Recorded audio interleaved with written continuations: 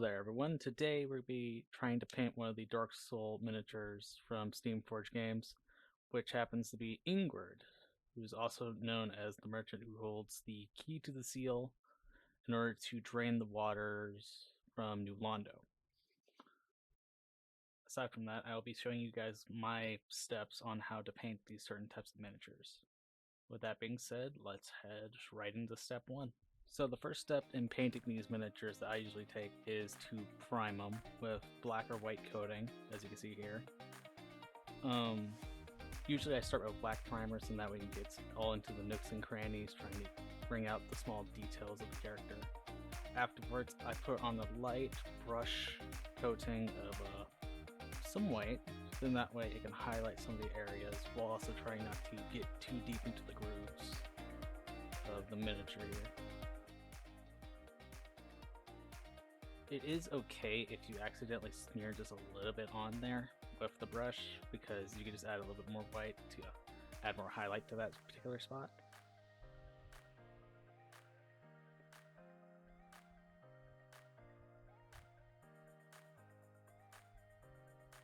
Now I'm going to try and get some more of this white shading onto his primary staff here.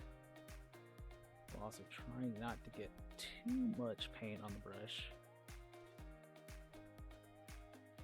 Obviously, the light helps because it shows kind of the point of direction where you're trying to put some brightness onto him, while also leaving some of the shadows, giving it a bit more detail to this particular miniature.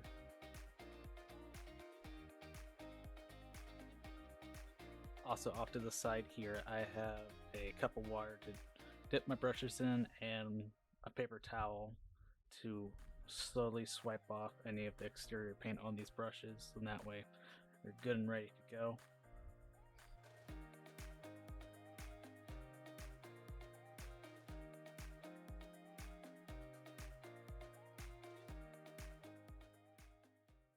Now we're on to step 2, which is going to be trying to coat the figure within various colors, starting with a base red coat here. As you can see from the image, or my reference to my left, he has kind of a darkish maroon texture first, while also having some highlights of red. So we're going to try and take that into account by starting off with some of the faint colors of coating, and then we're going to build up from there.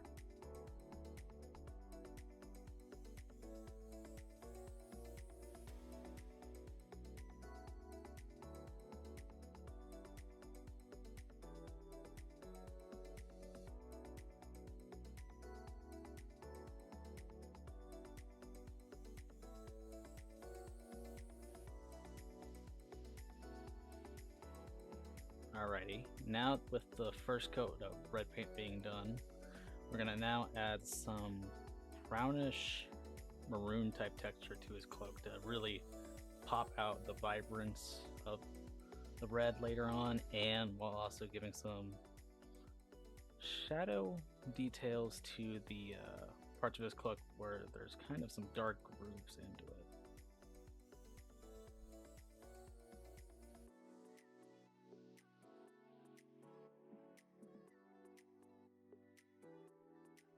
Alright, now that that particular coat's done, we are now, I believe, onto the final coat, which is just a bit of a lighter red to really bring some highlight colors and some vibrance to his cloak.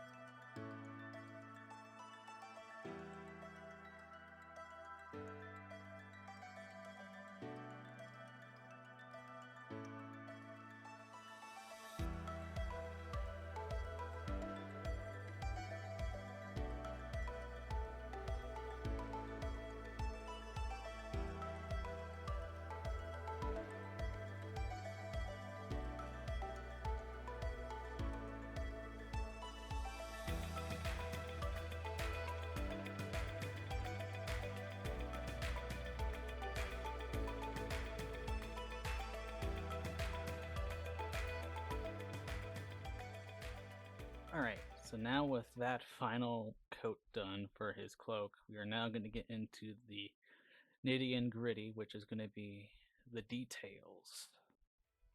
Alright, so for the start of the details, I'm going to apply a silver type of paint to its accessories. Judging by the reference here, he has a sort of dangling compass, a accessory of a necklace, some silver, if not kind of pale hands on top of the mask, and what is above his hat. So, where do we start here? Alright, let's start with the hand first, with the bracelets around it. And then we will go from there to the top where the necklace is. Just from how closely I look at the reference, there's actually two necklaces here.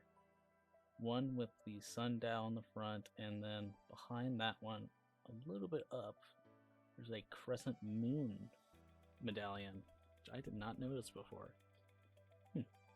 Alright, well I guess I'll paint that a little bit. For now, let's focus on the necklace here. Trying to get these very small details. Also, if it's your first time trying to brush these small details out, it's okay if you accidentally smear it, it happens. What I usually like to do there is either cover it up later with the same coat of paint, or to grab a small bit of a paper towel and kind of get that glob off and then paint over that with the same color.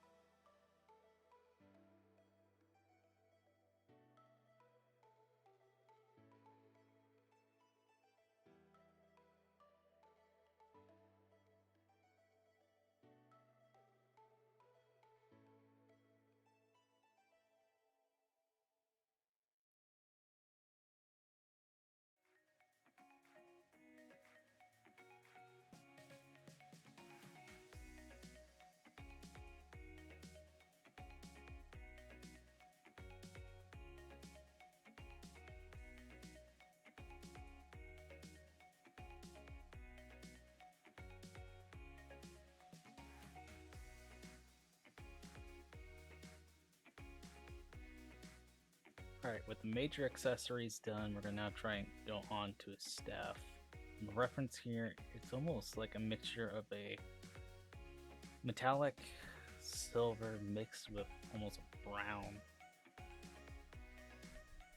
Alright, to accomplish the look here, I'm going to try and cover it with some silver paint here, trying to get the metallic essence going. After that, I'm going to get some of this lighter brown, dump it onto here, and then just kind of mix it in with a little bit of water to the metallic paint that I just put on there to try and get kind of that essence going.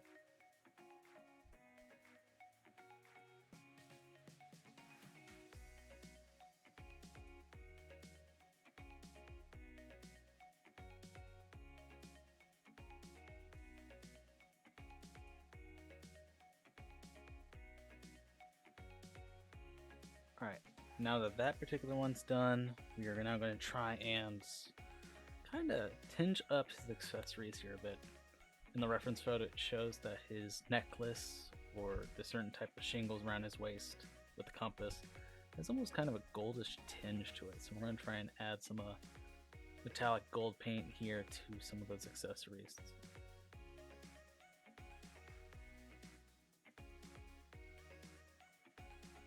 Alright, after the accessories are done, now it's time for the big piece, his mask. First things first, we're going to add some lightish coloring to his mask just to define the highlights here, and then afterwards we're going to go straight onto it with the gold paint, really making it shine out. Almost kind of like different, also kind of blending into the material here that's in his kit, while also adding some of the goldish tinge onto his accessories such as necklace.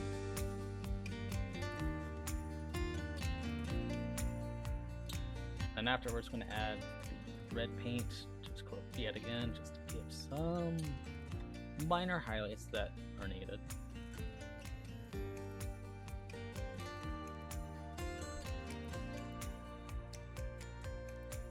try and add a little bit more red to some of the areas, and that way it's kind of more vibrant type of energy going to him. Now it's time for the details at the top of his hat, or hood. Very small bumps here. Be a bit careful while trying to paint him. Afterwards, we are finally going to add some darker tones to the lower parts of his cloak, just to get some of those shade values in and shadows.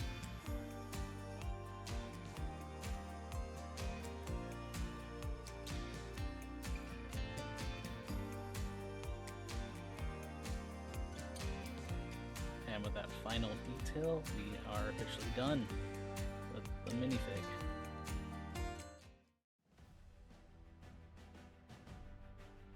And here's the final result.